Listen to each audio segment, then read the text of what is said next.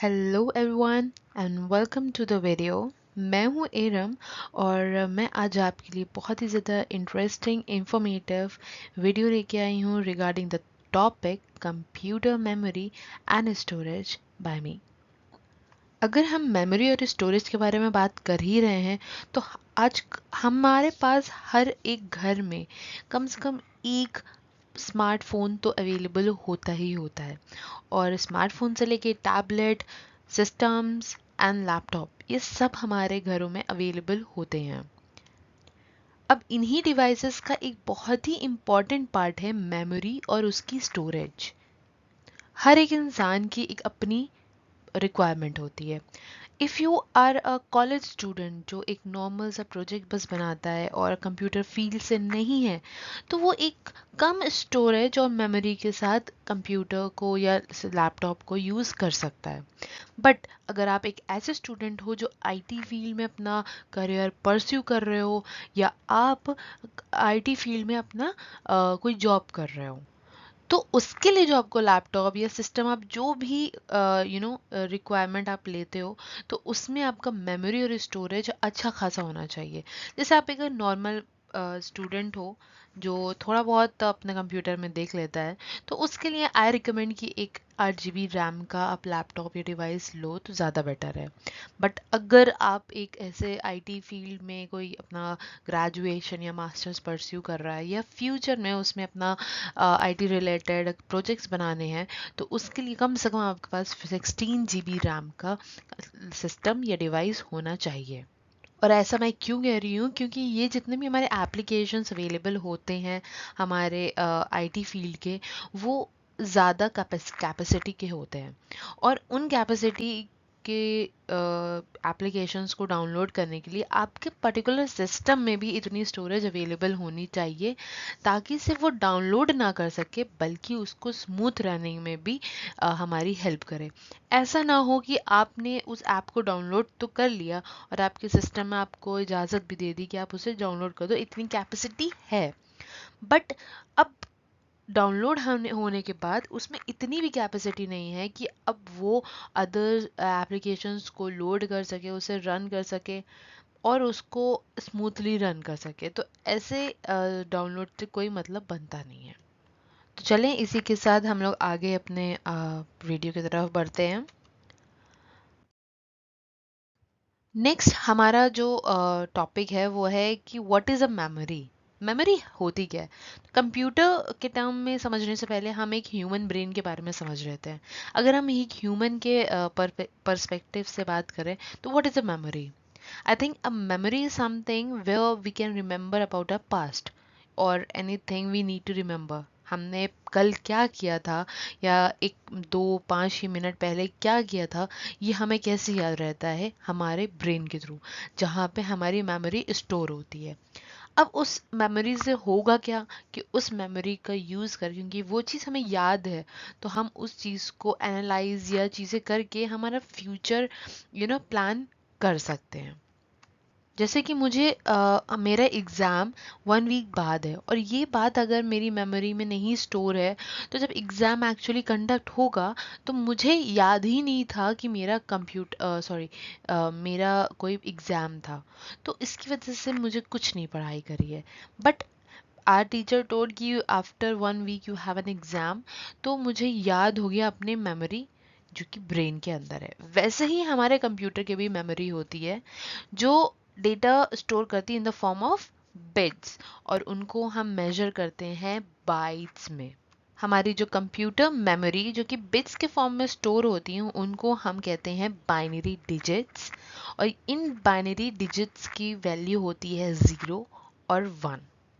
इसका मतलब ये हुआ कि जो हमारे कंप्यूटर में जो भी हम इनपुट देते हैं, हम लोग इनपुट देते हैं एक नॉर्मल इंग्लिश के फॉर्म में, या अपने इंग्लिश फॉर्म में, या किसी भी फॉर्म में आप जो भी इनपुट देते हो, आइदर अ कोडिंग लैंग्वेज और एनालॉग फॉर्म, किसी भी तरीके से आप दो, कंप्यूटर को कुछ समझ नहीं आने वाला है। उसको समझने के लिए जो भी आप लैंग्वेज में उसको कमांड दे रहे हो या इनपुट दे रहे हो, उसको वो कन्वर्ट करेगा बाइनरी लैंग्वेज में। और बाइनरी लैंग्वेज में just two things are there, that is 0 and 1। जैसे हमारे इंग्लिश के अल्फ़ाबेट्स में 26 लेटर्स होते हैं, हमारे बाइनरी लैंग्वेज में सिर्फ 2 होते हैं डिजिट्स, वो है 0 और 1। व्हाट इज़ मेमोरी जो इंग्लिश में लिखा है, ये चीज़ भी हमारे कंप्यूटर में 0 और 1 के फॉर्म में ही लिखी होगी, जो हमारा कंप्यूटर समझ सकता है। अब इसके बाद हम लोग नेक्स्ट टॉपिक पे आते हैं कि वाई मेमोरी मैटर्स। जैसे मैंने आपको बताया कि मेमोरी क्यों ही मैटर करती है। ऑब्वियस सी बात है कि मेमोरी की ही वजह से ही हमारे प्रोग्राम फास्ट चल पाते हैं। अगर मेमोरी कम है आपके कंप्यूटर में, तो आपका जो भी प्रोग्राम है, एप्लीकेशन है, वीडियो कुछ भी है, वो लैग करेगा, वो फ्लक्चुएट करेगा, वो स्लो चलेगा। और आपकी स्पीड और कैपेसिटी दोनों इम्पॉर्टेंट होते हैं। नाउ अब हम लोग ने इतना जान लिया कि मेमोरी आखिर होती क्या है। अब हमारे मेमोरीज के कुछ टाइप्स होते हैं। बेसिकली आप अगर मोटा मोटा मैं आपको बताऊं तो हमारे मेमोरी दो तरीके के होते हैं।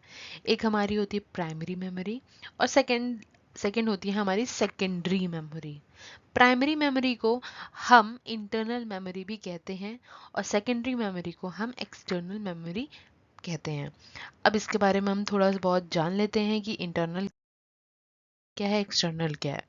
अब इंटरनल मेमोरी की बात करें तो इसको, जैसे मैंने आपको बताया, इसको प्राइमरी मेमोरी कहते हैं, और एक और नाम से इसको जानते हैं, उसका नाम है मेन मेमोरी। ठीक। अब ये इंटरनल मेमोरी होती क्या है और ये मेन मेमोरी क्यों कहलाती है?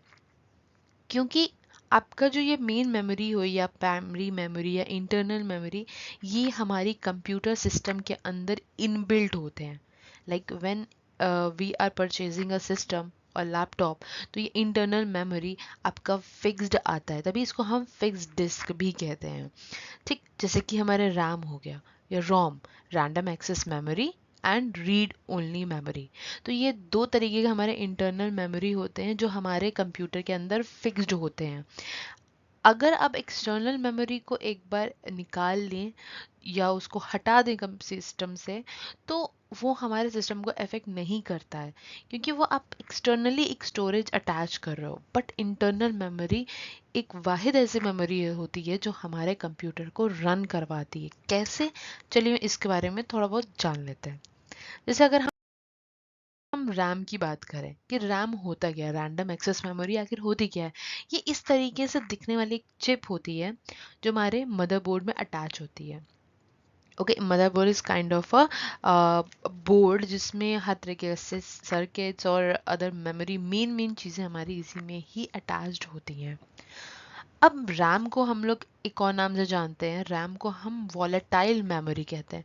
वॉलेटाइल का मतलब क्या होता है? वॉलेटाइल का सिंपल से एक मतलब होता है ऐसी मेमोरी जो टेम्परेरी है, परमानेंट नहीं है, टेम्परेरी है।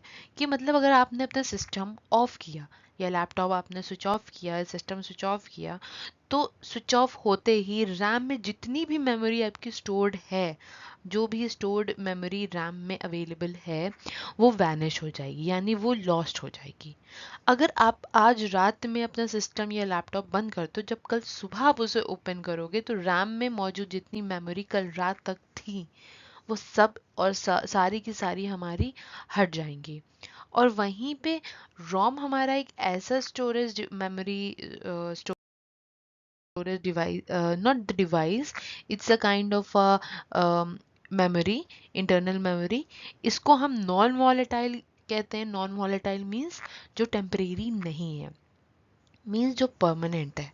तो अनलाइक रैम, रोम हमारा मेमोरी इरेज इरेज या लॉस्ट नहीं करता है। After you switch off your computer, RAM में स्टोर्ड चीज़ें हमारी वैनिश नहीं होती हैं, वो नेक्स्ट डे हमारी वहीं पे ही अवेलेबल होती हैं। नाउ जो रोम होता है, वो बेसिकली जब हम कंप्यूटर अपना स्टार्ट करते हैं, तो स्टार्टअप इंस्ट्रक्शंस जो प्रिपेयर करने के लिए होते हैं कंप्यूटर को, कि yes windows is opening now, we need to log in और we need to log out, whatever. जब हम कंप्यूटर शुरू कर रहे होते हैं, स्टार्ट कर रहे होते हैं, तो उस टाइम पे जो भी इंस्ट्रक्शंस होते हैं, ये कंप्यूटर को रोम ही बताता है, क्योंकि रैम में तो चीज़ें लॉस्ट हो जाती हैं। तो ये है हमारा बेसिक सा डिफरेंस रैम और रोम के बीच में। RAM is a volatile, means a temporary memory, whereas ROM is non-volatile, means a permanent kind of memory.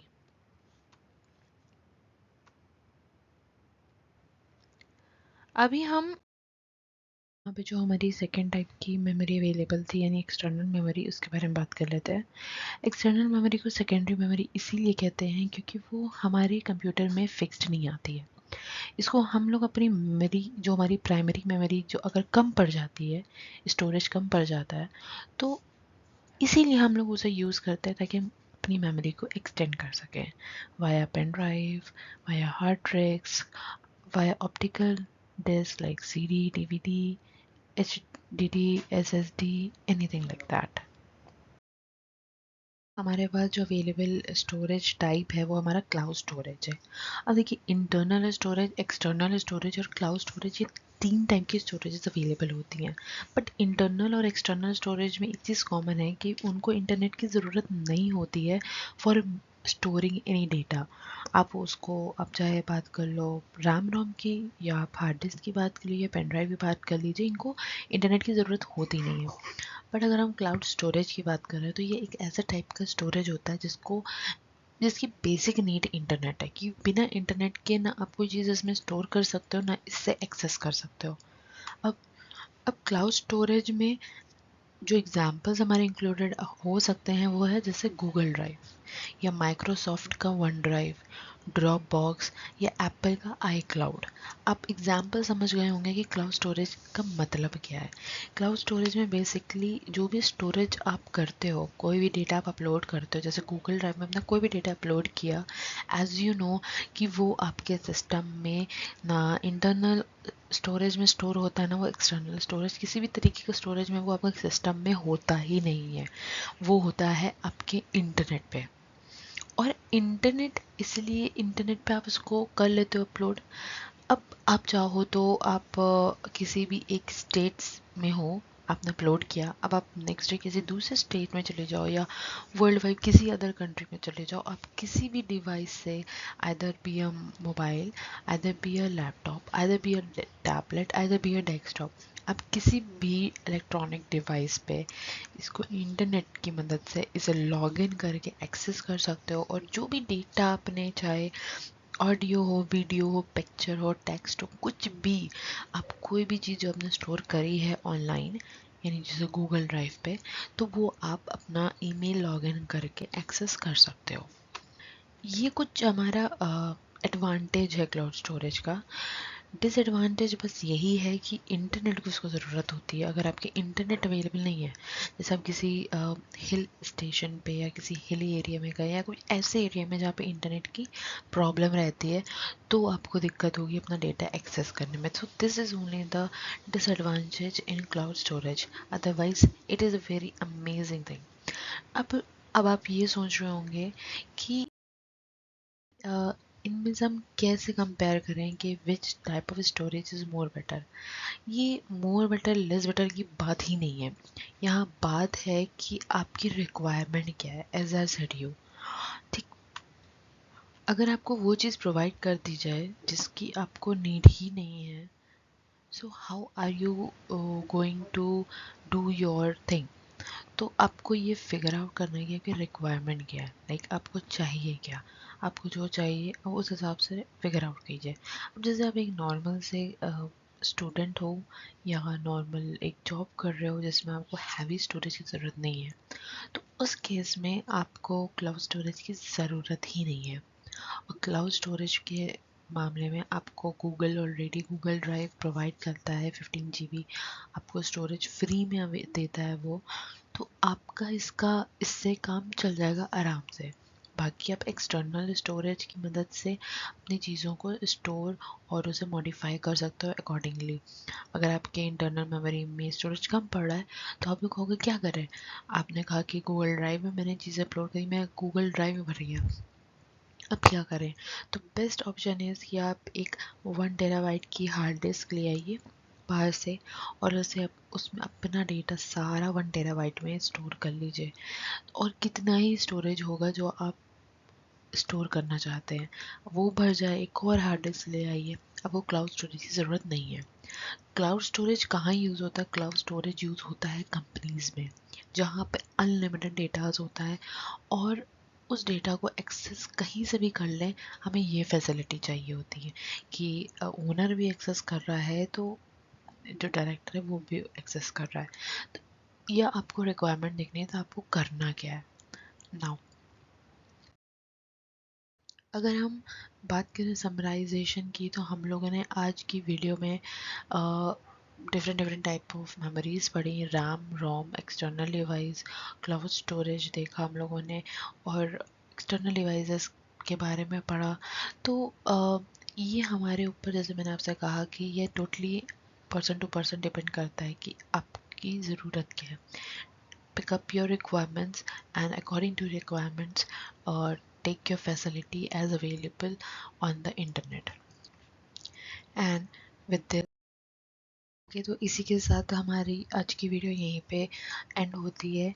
And thank you everyone for whoever is watching this video. आप लोगों के इसी तरीके से मुझे आप लोगों का सपोर्ट चाहिए, because being an educator I thought to create something to educate others as well. जो नॉलेज मेरे पास है वो मैं दूसरों के साथ शेयर करूं। आप लोग प्लीज़ इस चैनल को सब्सक्राइब कीजिए ऐसे ही लर्निंग वीडियोस के लिए, मोर इन्फॉर्मेटिव वीडियोस के लिए। और मेरे चैनल को सब्सक्राइब करना, लाइक करना, इस पर कमेंट करना मत भूलिएगा। अपने फ्रेंड्स को भेजिए जिनको जानना ज़रूरी है। As knowing about memory and storage एक बहुत ही बेसिक कॉन्सेप्ट है जो आई थिंक हर किसी को मालूम होना चाहिए। अगर आप फ़ोन ख़रीदने भी जा रहे हो तो आपको मालूम होना चाहिए कि आपकी रिक्वायरमेंट किस चीज़ के ऊपर फोकस पहले करनी चाहिए। तो please do comment below if you need any kind of guidance or any kind of doubt you have regarding this topic. Thank you with this. See you in the next video.